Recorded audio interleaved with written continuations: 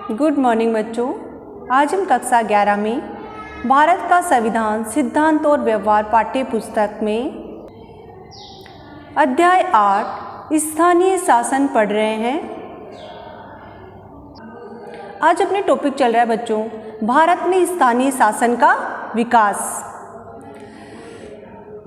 आइए हम इस बात की चर्चा करें कि भारत में स्थानीय शासन का विकास कैसे हुआ। तो आज इस अध्याय चैप्टर में अपन ये पढ़ेंगे कि भारत में स्थानीय शासन कैसे विकसित हुआ, हमारे संविधान में इसके बारे में क्या कहा गया है। जैसा कि हम सभी को विदित है बच्चों, हमारी जो शासन व्यवस्था है संविधान के नियमों के अनुसार चल रही है। तो स्थानीय स्वशासन के बारे में संविधान में क्या बताया गया है वो हम पढ़ेंगे। माना जाता है कि अपना शासन खुद चलाने वाले ग्राम समुदाय प्राचीन भारत में सभा के रूप में मौजूद थे।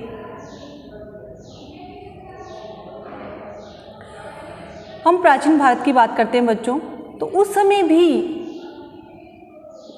प्राचीन भारत में भी जैसे वर्तमान में ग्राम पंचायतें होती है, उसी तरह सभा नामक समितियां होती थी। और इसका उल्लेख अपने को मिलता है ऋग्वेद में। ऋग्वेद में सभा और समिति दो संस्थाओं का उल्लेख है जो कि शासन कार्य में भूमिका निभाती थी, राजा को सलाह देती थी और उसमें जनता के प्रतिनिधि होते थे। समय बीतने के साथ गांव की सभाओं ने पंचायत का रूप ले लिया और ये सभाएं बाद में धीरे धीरे पंचायत के रूप में बदल गई। समय बदलने के साथ साथ पंचायतों की भूमिका और काम भी बदलते रहे हैं। ऋग्वेद में सभा और समिति से लेकर वर्तमान तक पंचायतों के कार्यों में बहुत अधिक बढ़ोतरी हो चुकी है। हमारे संविधान में 73वें संशोधन के द्वारा ग्राम पंचायतों के कार्यों में बढ़ोतरी की गई और उसे संवैधानिक दर्जा दिया गया।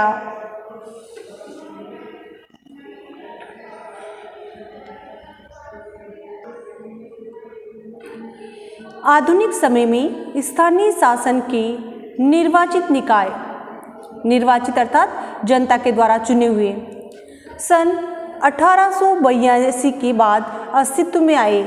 जिन वर्तमान में अपन जिस स्थानीय स्वशासन की बात करते हैं, ये निकाय, इन निकायों का उल्लेख सबसे पहले 1882 ईस्वी में सामने आया। उस वक्त लॉर्ड रिपन का भारत का वायसराय था। लॉर्ड रिपन के समय में पहली बार ये जो स्थानीय निकाय थे अस्तित्व में आए। उसने इन निकायों को बनाने की दिशा में कदम बढ़ाया। पहलकदमी अर्थात उसने इन निकायों को बनाने के लिए पहला कदम बढ़ाया, स्टार्ट किया इन निकायों को। उस वक्त से मुकामी बोर्ड कहा जाता था। जो पहले स्थानीय निकाय सामने आए हुए मुकामी बोर्ड के रूप में आए और लॉर्ड रिपन के द्वारा बनवाए गए। बहरहाल इस दिशा में प्रगति बड़ी धीमी गति से हो रही थी, लेकिन जो ये स्थानीय स्वशासन पर कार्य हो रहा था बड़ी धीमी गति से हो रहा था। भारतीय राष्ट्रीय कांग्रेस ने सरकार से मांग की। बच्चों, भारतीय राष्ट्रीय कांग्रेस की स्थापना कब हुई थी? 1885 ईस्वी में।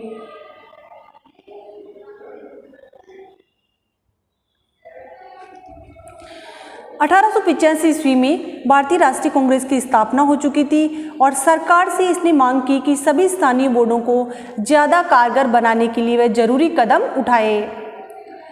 भारतीय राष्ट्रीय कांग्रेस ने जो स्थानीय बोर्ड थे, मुकामी बोर्ड, इनको ज़्यादा कारगर बनाने के लिए, ज़्यादा कारगर अर्थात इनके पास ज़्यादा शक्तियाँ देने के लिए सरकार से मांग की। गवर्नमेंट ऑफ इंडिया एक्ट 1919 के बनने पर अनेक प्रांतों में ग्राम पंचायत बनी। जो 1919 का एक्ट था उसके तहत अनेक गांवों में ग्राम पंचायतें बनी। सन 1935 की गवर्नमेंट ऑफ इंडिया एक्ट के बाद भी ये प्रवृत्ति जारी रही। 1935 का जो भारत शासन अधिनियम था उसमें भी प्रवृत्ति, यानी ये जो नीति थी सरकार की ग्राम पंचायतों का विकास करने की, ये जारी रही। तो बच्चों, इसमें क्वेश्चन ये बन जाता है कि भारत में स्थानीय शासन स्वशासन की शुरुआत किस वायसराय के समय हुई? लॉर्ड रिपन के समय में। दूसरा क्वेश्चन ये बन जाता है कि भारत में स्थानीय शासन कब अस्तित्व में आया? 1882 ईस्वी में। भारतीय स्वतंत्रता संग्राम के दिनों में महात्मा गांधी ने जोर देकर कहा कि आर्थिक और राजनीतिक सत्ता का विकेंद्रीकरण होना चाहिए। महात्मा गांधी भी गांवों की भूमिका के पक्षधर थे, सत्ता के विकेंद्रीकरण के पक्षधर थे। विकेंद्रीकरण का अर्थ होता है बच्चों सत्ता को बांट देना, शक्तियों को बांट देना। उनका मानना था कि ग्राम पंचायतों को मजबूत बनाना सत्ता के विकेंद्रीकरण का कारगर साधन है। अगर ग्राम पंचायतें मजबूत होगी, उनके पास अधिक शक्तियां होगी, तो उससे विकेंद्रीकरण की प्रक्रिया आगे बढ़ेगी। विकास की हर पहल कदमी में स्थानीय लोगों की भागीदारी होनी चाहिए ताकि वह सफल हो। जब स्थानीय लोगों की भागीदारी होगी तो स्थानीय स्वशासन सफल होगा।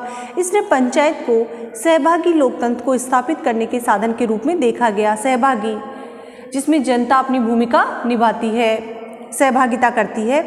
दिल्ली में बैठे गवर्नर जनरल के हाथ में बहुत ज़्यादा शक्तियाँ थी। हमारे स्वतंत्रता संग्राम की चिंताओं में ये बात भी शामिल थी, क्योंकि अपने यहाँ पर जो गवर्नर जनरल होता था, वायसराय होता था, उसी के हाथ में बहुत ज़्यादा शक्तियाँ होती थी। और स्वतंत्रता संग्राम जो आज़ादी की प्राप्ति के लिए स्वतंत्रता संग्राम चलाया गया, उसमें इस चिंता को भी शामिल किया गया। हमारे नेताओं के लिए आज़ादी का अर्थ एक आश्वासन था कि फैसला लेने में कार्यपालिका और प्रशासनिक शक्तियों के इस्तेमाल में विकेंद्रीकरण होगा। हमारे लिए आज़ादी ये थी कि जो भी फैसला लिया जाएगा उसमें कार्यपालिका और उसकी जो प्रशासनिक शक्तियां हैं उसके द्वारा जो इस्तेमाल किया प्रशासनिक शक्तियों का इस्तेमाल किया जाता है, उसमें विकेंद्रीकरण होगा, शक्तियां विभाजित होगी, एक से अधिक हाथों में उसका बंटवारा होगा।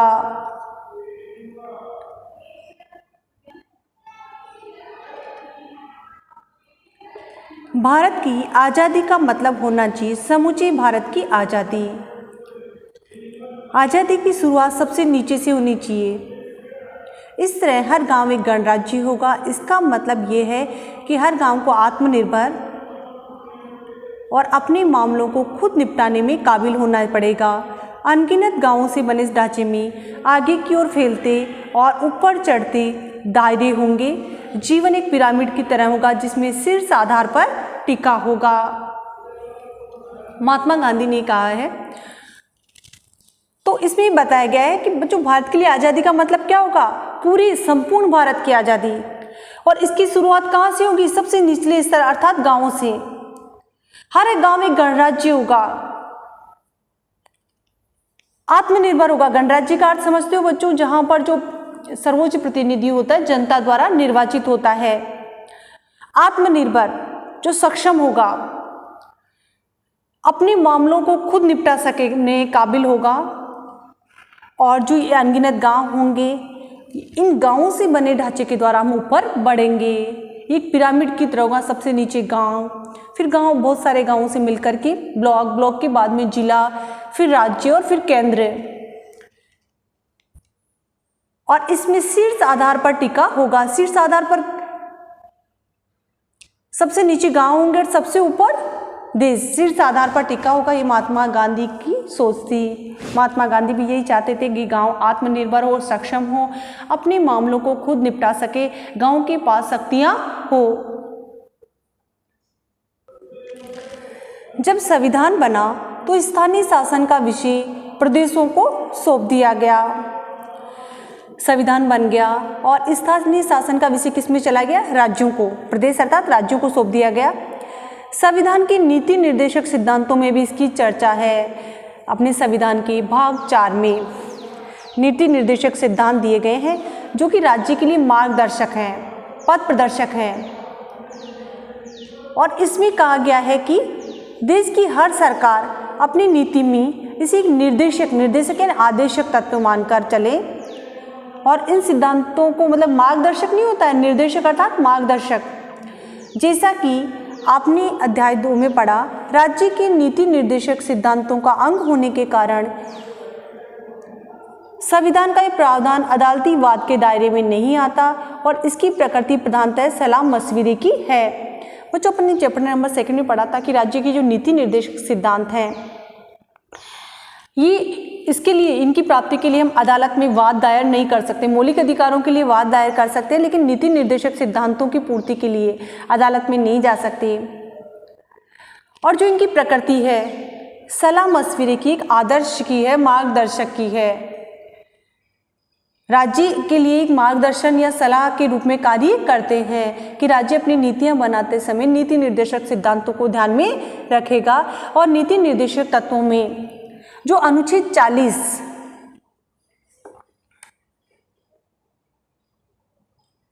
40 है, इसमें कहा गया है कि ग्राम पंचायतों को शक्तियां दी जाएगी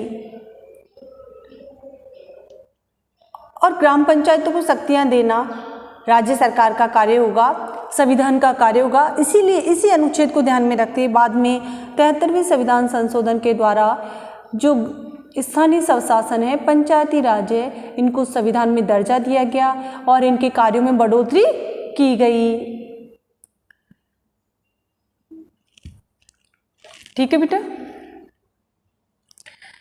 ऐसा लगता है कि स्थानीय शासन के मसले को, जिसमें पंचायत भी शामिल है, स्थानीय शासन में पंचायत भी शामिल होती है,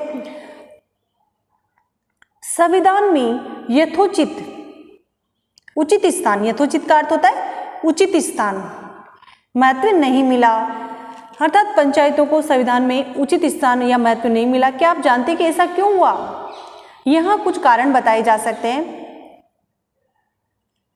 तो पहला कारण यहाँ बताया गया है, आप यहाँ पे अपना लिख सकते हैं फर्स्ट कारण के रूप में, देश विभाजन की खलबली के कारण संविधान का झुकाव केंद्र को मजबूत बनाने का रहा। नेहरू खुद अति स्थानीयता को राष्ट्र की एकता और अखंडता के लिए खतरा मानते थे।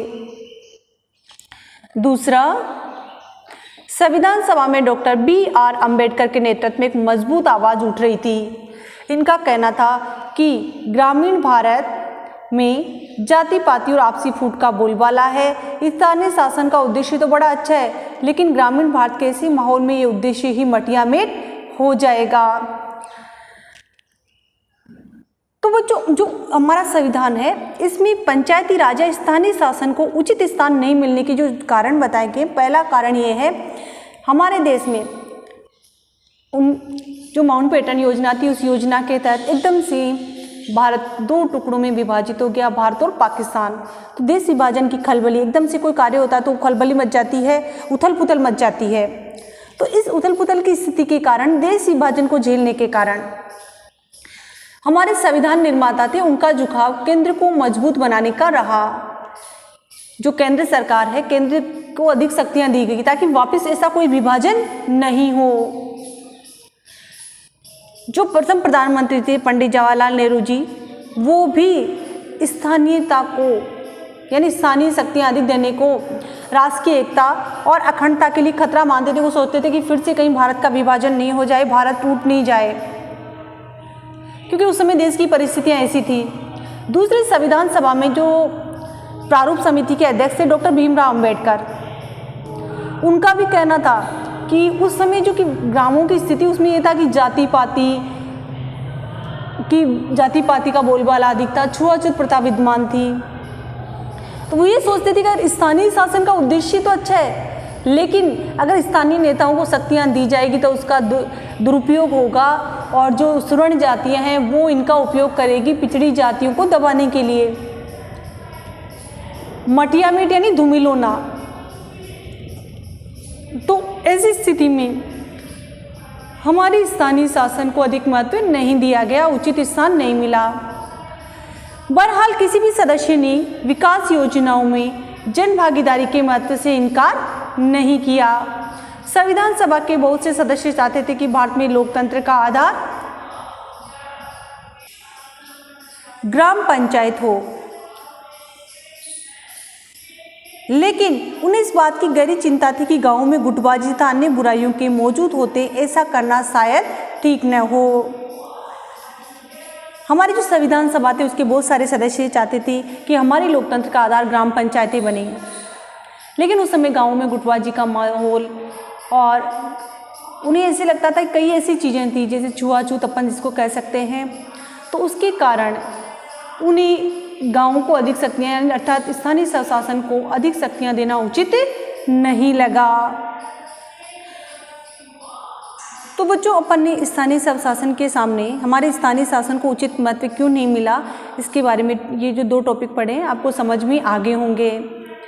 इसके अलावा हमने जो पढ़ा उसमें पढ़ा गया कि जो स्थानीय स्वशासन की शुरुआत किस वायसराय के समय हुई, लॉर्ड रिपन के समय में। स्थानीय स्वशासन का आरंभ कब हुआ, 1882 ईस्वी में। फिर महात्मा गांधी के विचार हमने पढ़े। महात्मा गांधी भी स्थानीय स्वशासन के समर्थक थे और वो भी ये चाहते थे कि स्थानीय स्वशासन को मजबूत बनाया जाए। नीति निर्देशक सिद्धांतों में भी अनुच्छेद 40 में राज्य को निर्देश दिए गए हैं सलाहकारी रूप में कि वो ग्राम पंचायतों को अधिक शक्तियाँ दे, स्थानीय स्वशासन को अधिक शक्तियाँ दे। Thank you.